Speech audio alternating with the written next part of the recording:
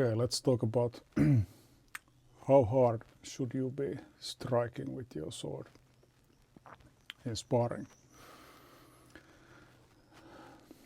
or in practice. So depends a lot on your rules, because these bodies can hurt actually quite a bit if you strike hard with your training buddy who is not wearing any armor, and even if they are still, this can hurt quite a lot. So in tournaments you usually have a rule that what kind of hit is acceptable, and if your group practices with certain rules, you usually have some kind of agreement that is like a touch okay, or how hard the hit should be. Quite often it's some methodology in there, and is it enough if you hit the clothing of the other guy, or do you have to actually have a body contact? What counts and what doesn't depends, of course, a lot of your practice weapons. So sticks are not as bad as these ones, but or if you're using padded swords, but still a lot of it depends on that. Personal opinion is that if you're using or trying to simulate at least a little bit a real fight, a small tap shouldn't be enough really, so it should be hard enough cut to do some damage. And then it becomes down to what is the assumption that people are wearing, so no armor, some armor, or heavy clothing or no clothing, or what. So it depends, but what I like the most is have such hits that they actually hurt if you are not wearing armor, because then you know if it would have been like a sharp sword, there would have been some damage. If it blunts, it hurts. If it sticks, it hurts, stings. You know that with the blade you would have been hurt. So I once measured it, so the pressure from the weapon it needed in my head to be like a good hit, it's something like 60 kilograms, 40 to 60 kilograms, so it's not very light. It's almost like getting a bullet from a very small caliber pistol. So it means that it will get some damage. So end result for me would be that if somebody hits here and there is no armor, I'm going to be having a black spot or bruise, but no broken bones.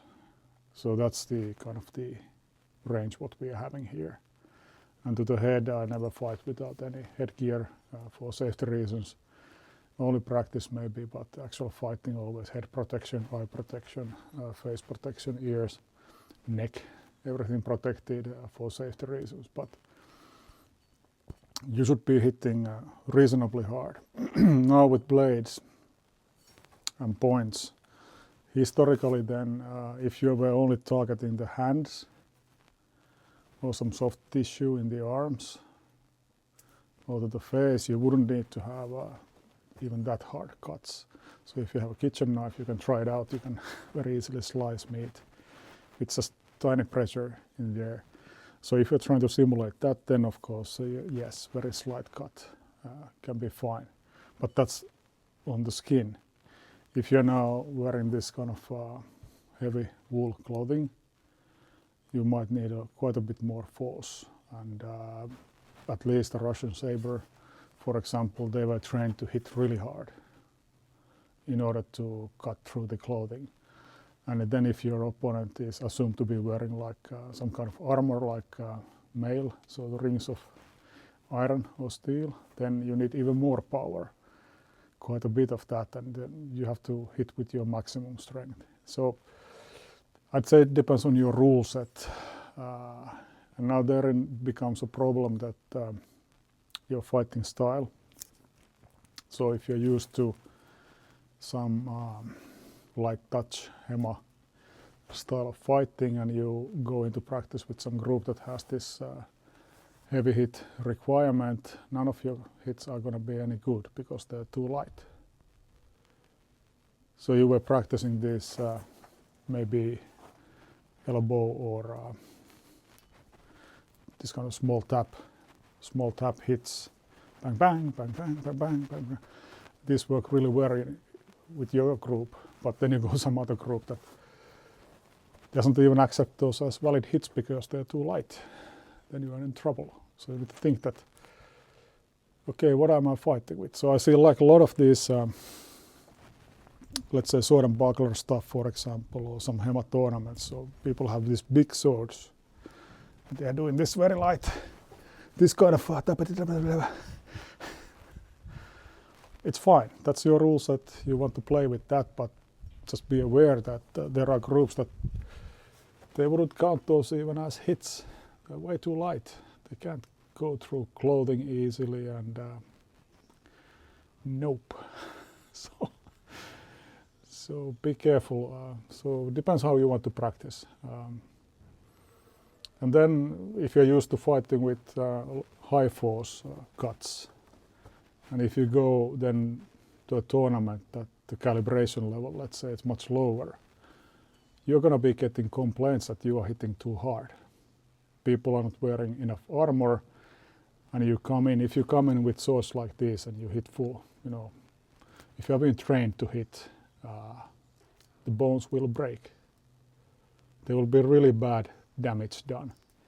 So then you get not a good idea either. So we have the spectrum that on one end we have this very light hits or padded weapons, maybe light contact, and then on the other hand we have this heavy contact. You might know the Buhurt guys, for example. So they are like super heavy hitting, and they're wearing full metal armor, and on the other end we have people with padded weapons, buffers, wearing practically no armor, maybe not even helmets. So somewhere in the middle we have different groups in there.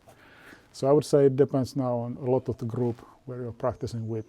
Personally, I like the hard hits. I like the techniques which work with hard hits. I like to use techniques that can be used to power up the cuts, but it's up to you.